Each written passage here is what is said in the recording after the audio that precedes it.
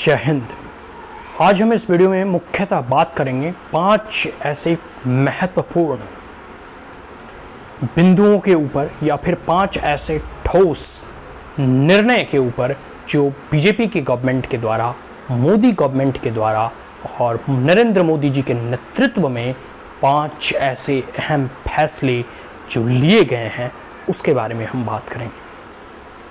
सबसे महत्वपूर्ण, आप देखोगे कि तुरंत सरकार बनने की 6 महीने के अंतराल में ही सबसे कोई अगर पहला और ठोस कदम उठाया गया प्रधानमंत्री नरेंद्र मोदी जी के द्वारा तो वह था धारा 370 का हटाना और जम्मू एंड कश्मीर को पूरे के पूरे जो उन्हें एक विशेष राज्य का दर्जा मिला हुआ था उसे समाप्त करना और पूरे के पूरे देश अब संविधान के एक सूत्र में एकत्रित किया। तो पूरा आप देखोगे कि जो नारा था ना कि एक देश में 2 विधान 2 निशान 2 संविधान नहीं चलेगा नहीं चलेगा नहीं चलेगा,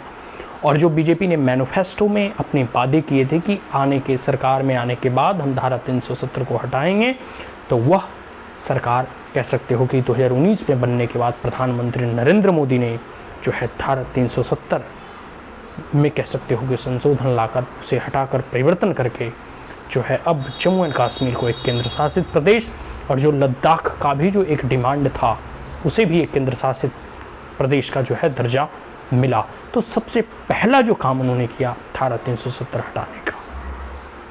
और एक बहुत ही महत्वपूर्ण कार्य जिसको लेकर कई एक जो है दंगे पत्थरबाजी जो है हुआ करता था। आज कहाँ गए पत्थरबाज?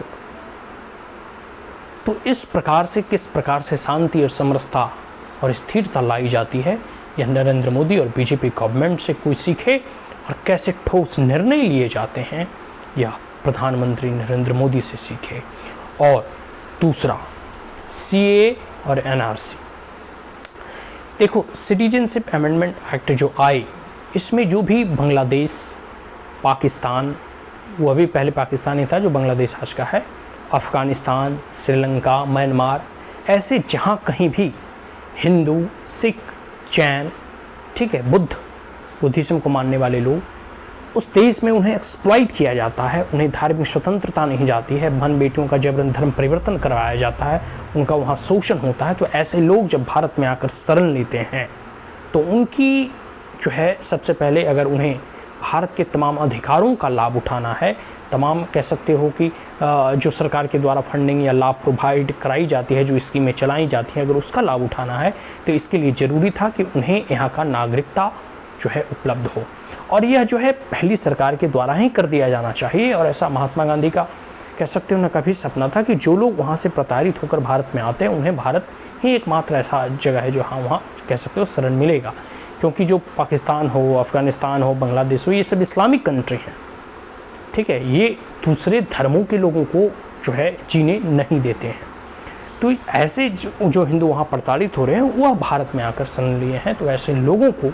भारत सरकार के द्वारा और मोदी जी के द्वारा हिंदुओं का जो हमेशा जो पक्ष लेती है, जो संरक्षण करती है, संवर्धन करती है, तो उन्हें नागरिकता देने का जो है प्रयास किया गया। तो दूसरा तो महत्वपूर्ण काम है सीए जैसा बिल लाकर जो है हिंदुओं को जो है नागरिकता प्रदान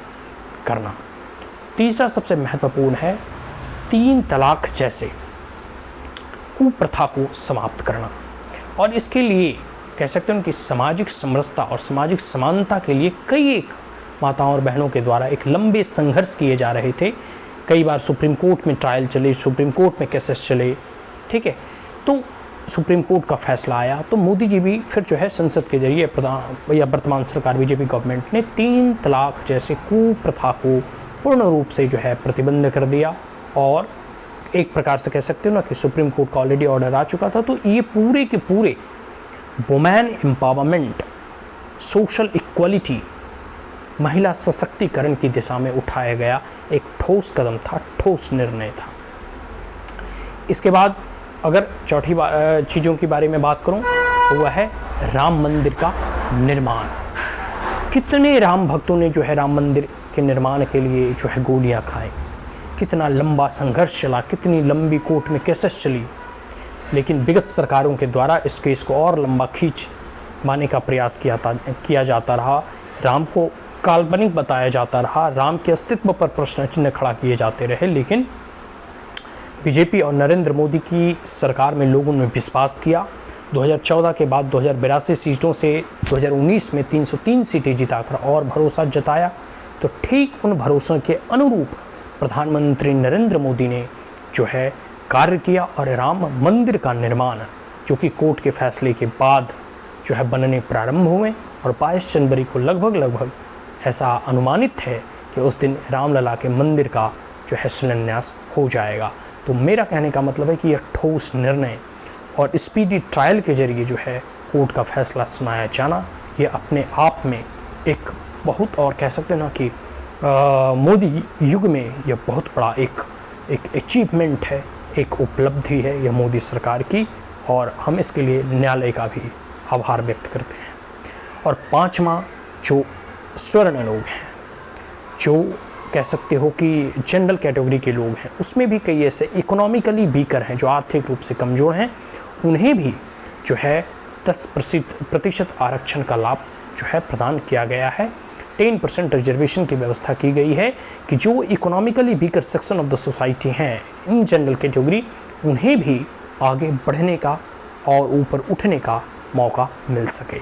तो यह जो है भारत सरकार के द्वारा उठाया गया एक महत्वपूर्ण कदम है। और इन विगत सालों में 9 वर्ष के कार्यकाल में नरेंद्र मोदी के द्वारा, और ख़ास करके 2019 के बाद से अब तक कह सकते हो 4 साल हो चुके हैं, इन विगत 2014 से आप या तो डायरेक्ट कह सकते हो 2023 9 साल मानो, या 2000 कह सकते हो कि 19 के बाद से अब तक 2023 तक, इतने सालों में प्रधानमंत्री नरेंद्र मोदी के द्वारा उठाया गया ठोस कदम, ठोस निर्णय, और 5 ही हम निर्णयों के बारे में आपको यहाँ पर हमने आपके समक्ष चर्चा की और बातें रखी। ऐसे ना जाने अनगिनत फैसले लिए गए हैं। अगर सभी चीज़ों के अगर बारे में बात करूँ तो कह सकते हैं कि घंटों समय बीत जाएगा, फिर भी वो ख़त्म नहीं होगा। लेकिन ये ऐसे 5 निर्णय जो आने वाले समय में चाहे कह सकते हैं इसका दूरगामी परिणाम होगा, प्रभाव होगा, और नरेंद्र मोदी तीसरी बार 2019 कह सकते हो ना कि 2024 में वो प्रधानमंत्री फिर बनेंगे, लोग उन्हें फिर जो है चुनकर भेजेंगे, और इस बार 400 पार सीटें जो है बीजेपी जीत कर संसद में पुनः लोगों के लिए, जन कल्याण के लिए, गरीबों के उत्थान के लिए और भारतवर्ष के उत्कर्ष के लिए नियमावली और कानून बनाएगी और बीजेपी पुनः जीत कर आएगी। जय हिंद।